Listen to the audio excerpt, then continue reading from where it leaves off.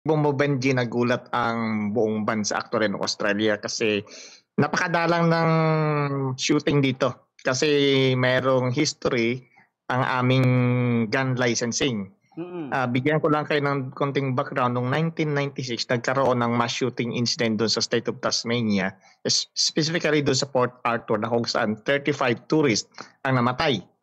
So na-horrified ang buong Australia at that time, 1996, nagkaroon ng nationwide buyback ng mga baril. So nagkaroon ng around 650,000 na baril ang nabawi ng gobyerno at that time. At simula noon, napakahigpit ng gun law. Ang ibig sabihin noon, ikaw lang nakakaalam ng combination ng lock ng baril mo sa bahay. Kailangan ang baril nakalock. Saka hindi pwede magkaroon ng automatic rifle ang mga civilian. So yun ang naging safety net. So simula noon, naging modelo ang Australia sa buong mundo na kung saan ang aming gun incident ay bumaba. Ang naalala ko last time na nagkaroon ng patayan dito, yung maraming more than one ang patay kasi ang description ng mass shooting is more than one. Noong 2014 na kung saan 3 ang namatay including yung hostage taker. So kagabi, mabalik tayo sa incident kagabi, between 7:45 oras ng Sydney ng gabi hanggang 9:30 ng gabi, nagkaroon ng sporadic gunfires, nagsimula sa isang apartment complex. Sa ibaba noon, mga business establishment.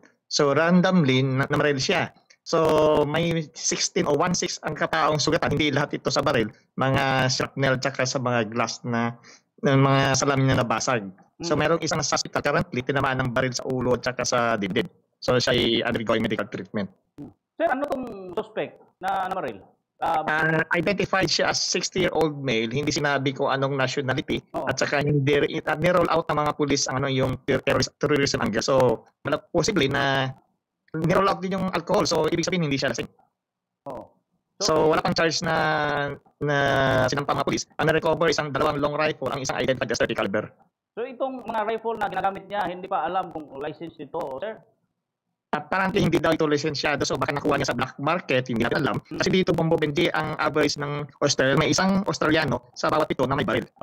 At mayroong 30 Australians na mayroong gun license. So napakalit ng population namin, 26 million lang. So kukunti ang baril. So on average, ang license firearms sa buong Australia, hindi pa umaabot ng 1.5 million. Noong Port Arthur incident, nasa 3.5 million eh. So bumaba yung gun ownership. So dahil sa higpit ng batas dyan? Dahil sa higpit ng batas, yung example nga, yung baril mo, kung hindi mo ginagamit, nakalak yun. Ikaw lang nakakaalam, kahit asawa mo, anak mo, hindi mo pwede ibigay ang combination. No, pero ito nangyayari ito, sir. Talagang gusto malaman sa natin kung ito ba'y Australia o baka ibang lahi. Hindi in-identify Bombo Benji, pero yung area kasi halo-halo namang migrants dyan, so hindi talaga masabi kung anong lahi. So ang motive, sir, hindi pa rin alam?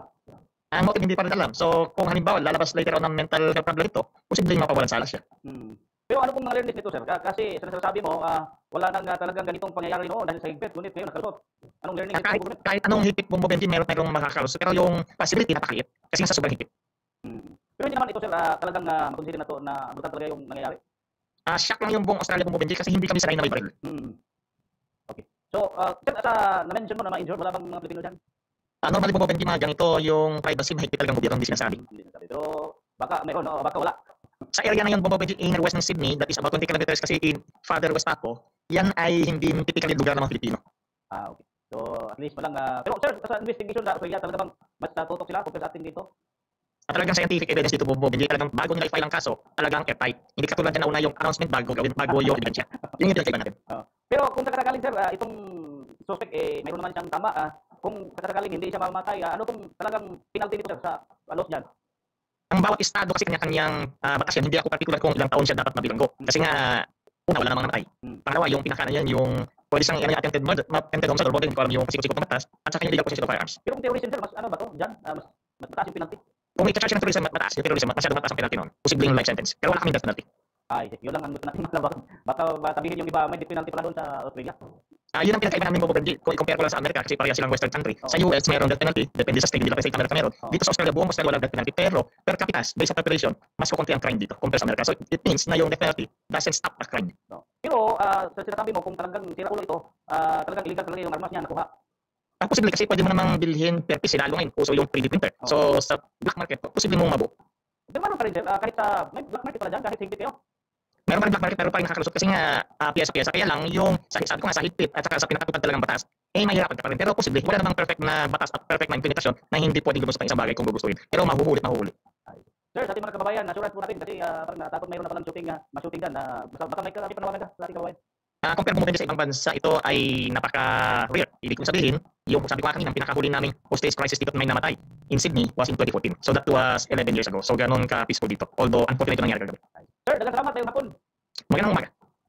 Si Sir Dinbark Swili, atong Bombo International Correspondent gikan nasud sa Australia. Kalabot nining shooting na hitabo mga kabombo incident dito. Gikaangol 20 mga kabombo ka mga individual.